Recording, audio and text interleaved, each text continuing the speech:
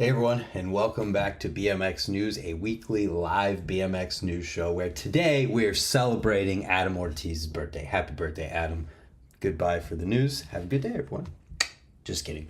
No, we're going to talk about some stuff in BMX today. It's kind of a bummer and feels a little bit weird to talk about, but it's something that people are talking about, and it is news. But before we do that, I just want to let everybody know we do this live every Friday, 10 a.m. Eastern Standard Time, meaning we've got, holy crap, 17 people in the chat already.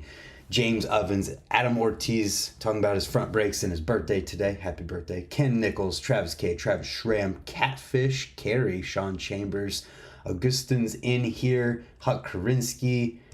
Who else is in here? Ken Nichols, Kevin Jackson. We got the squad in the chat. So thank you guys for hanging out, and let's get into the news. First thing to talk about is what I was saying is kind of feels a little weird to talk about. It feels like a little bit personal to an extent, but it's something, it's news in BMX. And clearly, I mean, if you look at the like count on this post, 2,400 likes on this one and 400 on that one. So not quite as many, but it's a situation of Stephen Murray talking about how he's no longer involved with the Stay Strong brand. And in order to really talk about this, I feel like I need to just like play the beginning of his post. So there's no reason to paraphrase when he tells the exact thing for himself. Oops. Straight after my spinal cord injury. Let me refresh this. Sorry. Technical difficulties of me being dumb. Stay Strong initially started in 2007, straight after my spinal cord injury, leaving me paralyzed from the neck downwards. It was set up to help provide a level of income, to help me with my ongoing medical bills, and to give me some sort of quality in life. During my time with Stay Strong, I worked with some phenomenal people, such as Kimberly Pardon, Mark Skirdo, Jerry Bettis, and Aaron Cook. Together we were able to support and fund a variety of charities, including Autism and Make-A-Wish Foundation, which changed the lives of many and gave opportunities which may not be possible. Well, it saddens me to inform you that I am officially out of Stay Strong. Stay Strong was sold some time ago to a business funded by a private equity group. Unbeknownst to me, I had no idea about this, and I'm sorry it's taken me a while to tell you about this. There's been a lot going on in the background, which has been very upsetting and disappointing to me. It has literally taken a huge hit on my mental health, my physical health, and due to this, it's taken me some time to where I feel like I'm in a position to where I can talk about it. I want to make one thing very clear. Please do not buy Stay Strong if you think you will be supporting me. I won't benefit one bit at all. I have nothing to do with Stay Strong. You'll be supporting a business that's funded by private equity money. I can't thank everyone enough for all the support I received throughout my journey in the past. Okay, I feel like if you want to listen to the rest of it, there's more. But I feel like that kind of covers that part of things. Now, what was posted in response to this was from Marco. I don't know how you say his last name, but it's a long post, and there's a lot of slides to this. So here, I'll click through each one individually. So if you want to pause it and read them, you can. But the gist of this is kind of giving some context to what was talked about in the video a little bit, in that the business Stay Strong wasn't sold to, like, he said a business funded by private equity, whatever. In the reality of it in this post is saying that Stephen Murray's dad, who I don't know how was involved, but was involved with this, didn't want to take risks that Marco was trying to take by getting some loans to push the brand further. So they asked if he'd be willing to buy out that side of Stay Strong. And with that, apparently that's what it sounds like, is that's what Stephen Murray is saying he wasn't aware of. So from what I gather here, and this is me taking both sides of this, and what I'm getting is that the business that is funded by the private equity thing is Marco. Marco is that business, and he is funding Stay Strong outside, and he explains in this how difficult it can be and impossible it is to do without having some sort of funding and money coming from somewhere else. And if you haven't been involved with like the actual industry of BMX, this happens a lot. There's large amounts of money that are moved around and used to help fund runs of parts that people as consumers never ever hear about. But when you think about it, BMX companies, how many of them are funding, hundreds of thousands of dollars in BMX parts themselves? So it's understandable that a company would be needing some sort of line of credit or funding from a private equity thing. Like where else are you going to get it? Where else are you going to get money in to be able to produce parts if you don't have it, and BMX can't just support hundreds of thousands of dollars of cash, liquid cash, to be able to produce something. So you have to go somewhere else for it. And I don't know if it's sad feelings or misunderstanding or not knowing full sides of each part of the story or not hearing it all, because we don't hear anything from Stephen Murray's side about his dad's involvement in selling their side of the business to Marco. But also explained in this post is that Marco offered to Stephen, where does it say? I offered monthly payment to Stephen for the lifetime of the brand from the month following the end of the contract, January 1st, 2023. Not because we had to, because we wanted to continue to support for life. Plus offered 100% of royalties on collaboration we had lined up for this summer and every subsequent year that we could run the collaboration. So the reason why I kind of wanted to talk about this as well is exactly what Travis K said. Stephen has a solid following, and this can get crazy real fast. Due to the economy and such, I think we're going to see more mergers and companies selling and closing out. And that's part of it, is that social media can spread crazy like assumptions and anything like that very quickly if all of the exact information isn't put out there.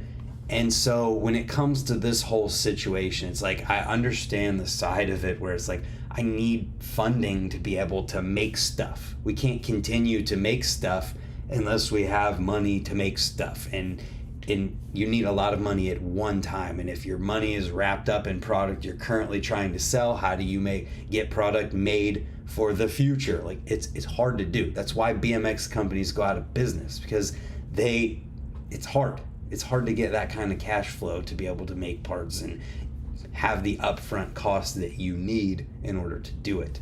So I don't know. There's clearly a disconnect here, and it's a bummer, because saying that he had offered to pay Stephen for the lifetime of Stay Strong, and clearly it seems that something else has happened to lead to the point of Stephen saying, like, I'm not involved anymore. And he said in his video, like, there's a lot behind the scenes and stuff and a lot leading me to this point. But I think that the video he made was more or less just to let people know that, and he said it exactly, that if you buy from Stay Strong, that is not going to benefit him, which is what I originally thought the entire company was from its inception. Like, I had no idea that anything else was going on with Stay Strong, or how much stuff they made or anything like that. And I didn't realize they were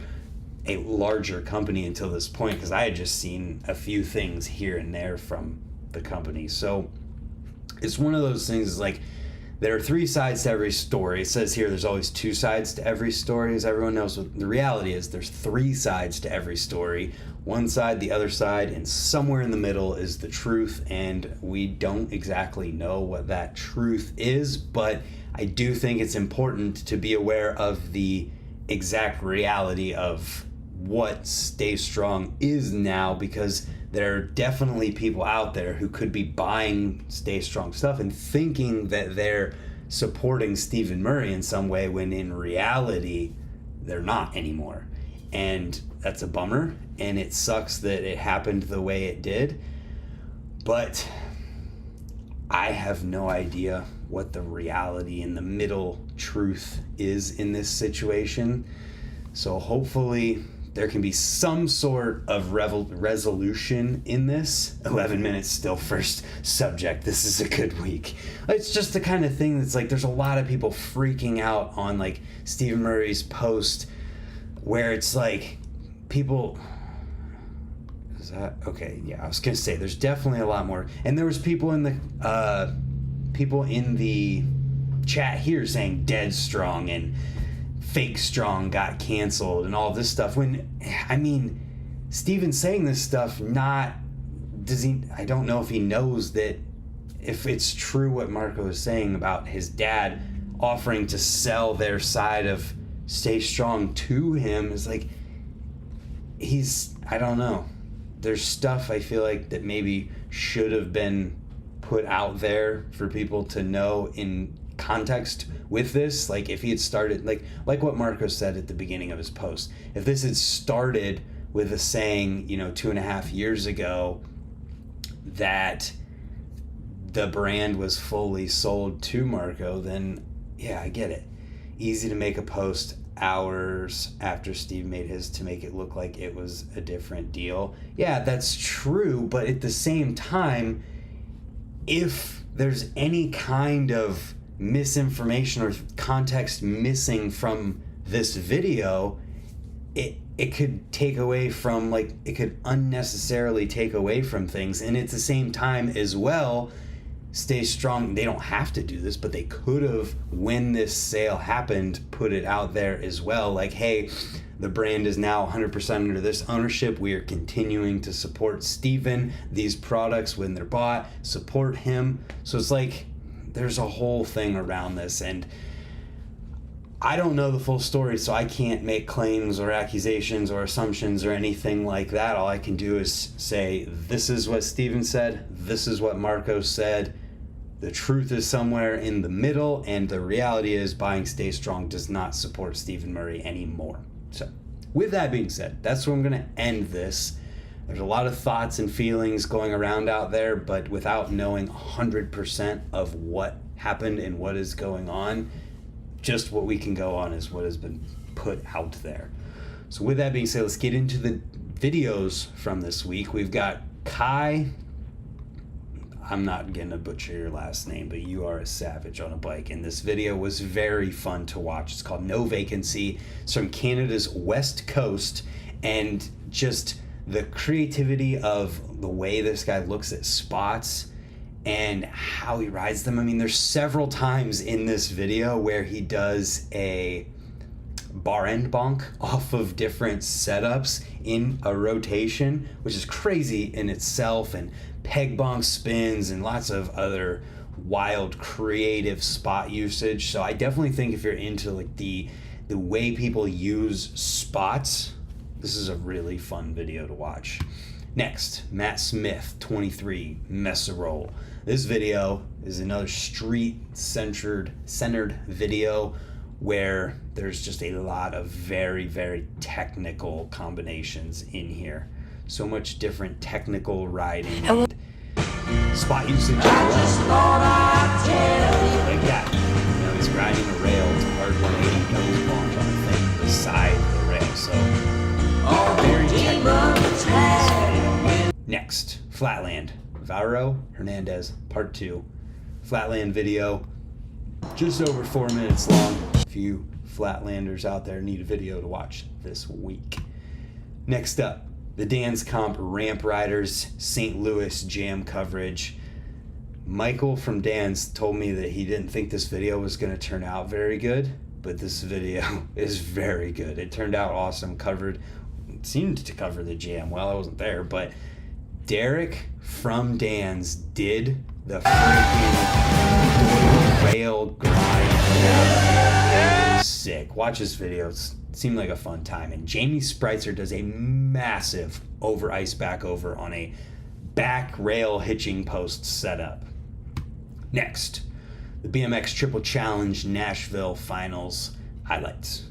We've got the finals from the finals. The final stop of this event. So this is the finals with all of the riding in it. And then we've got Best Trick as well. Both of these and everything else that I've talked about today is linked in the description down below after we finish up with the stream. Lots of jam and contest coverage going on here. Jeff Mead, you are so late.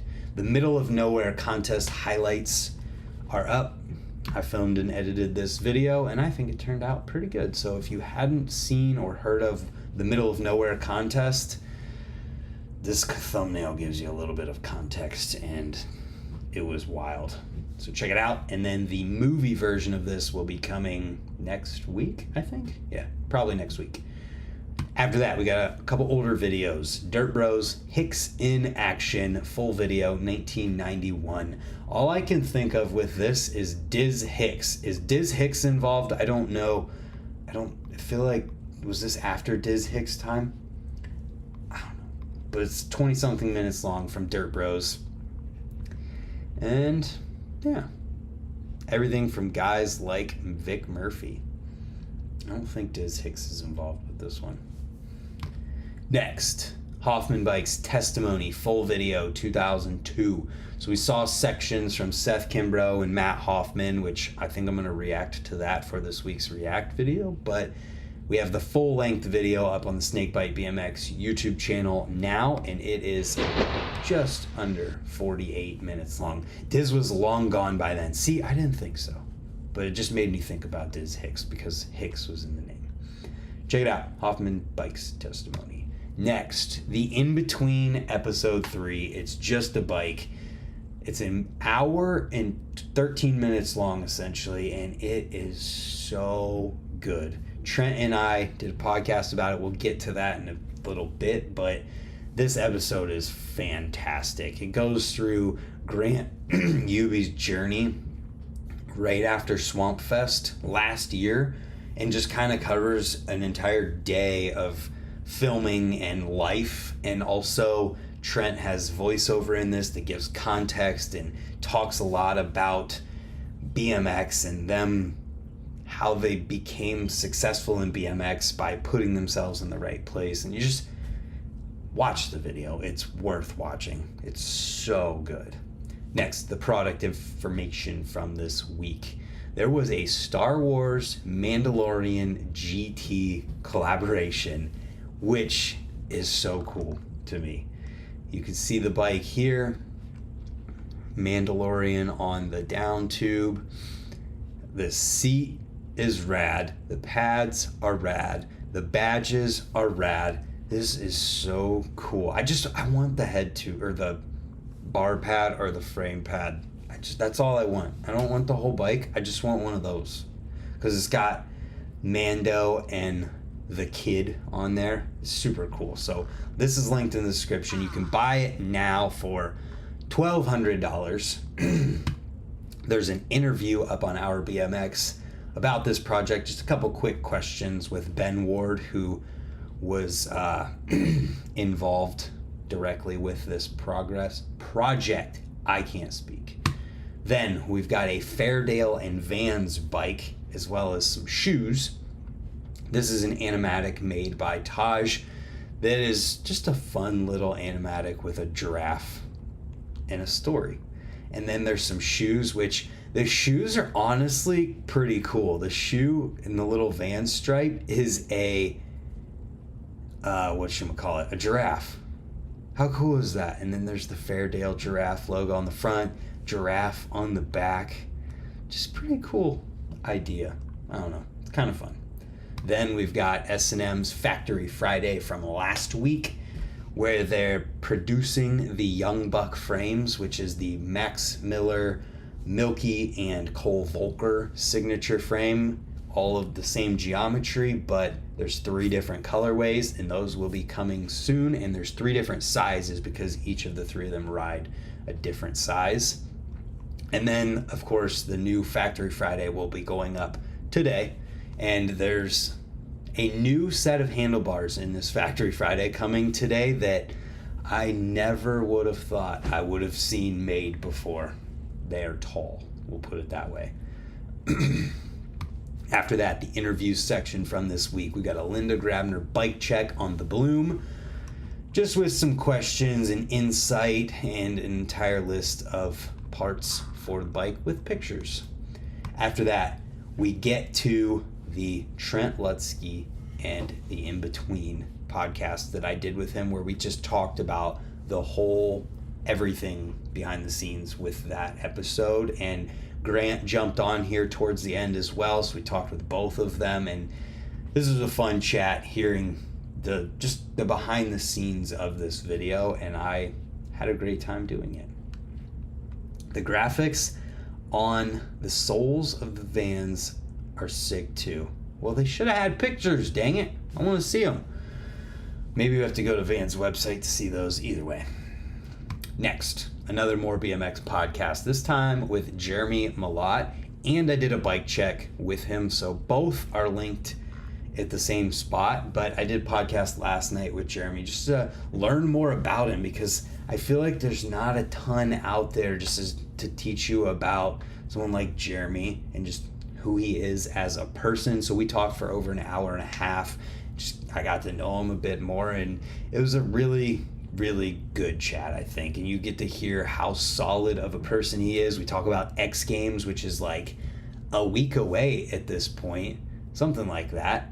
And he's going to compete in park as well as best trick. So we talk a lot about preparing for X Games, mindset, the mental state that he puts himself into lately that he feels really helps him in those kinds of situations, some of the different thoughts that he's got about the course, and lots of really good stuff in this one. Then we've got this week's Canode Nose, this time with Trevor Siglock. So that one is almost 2 hours long. And if you didn't watch any of my BMX news videos in the past month, or you want to hear Dennis, Kyle Carlson, or Fudger talking about what happened in BMX in the last month, there is the Our BMX news broadcast, which is like exactly 2 hours long. Let's check that one out. And let's see, anything else this week? Nope. So with that being said, I hope you guys enjoy this one. The Stay Strong Stephen Murray situation is an unfortunate cluster F of information coming out, that there's missing context and parts of the story that just aren't there to give people full knowledge of whatever. And I don't know that it's necessary for people to have any kind of insider knowledge on this situation. I feel like it could have just been put out there that I'm no longer part of the brand, or the brand isn't, I'm not part of the owner of the brand anymore 2.5 years ago, whenever that happened. So yeah, meh. So with that being said, hopefully you guys enjoyed this one. Stay tuned for next week's BMX News, Friday, 10 a.m. Eastern Standard Time, live right here. And stay tuned for tomorrow's video. Thanks for tuning in, and we'll see you guys there. Goodbye. The OSS video I'll talk about next week, because it wasn't on any of the BMX websites this week, and I forgot about it until you mentioned it, Kevin. OSS trip video, talk about it next week. It exists. Go find it if you want to learn more before next week. See ya.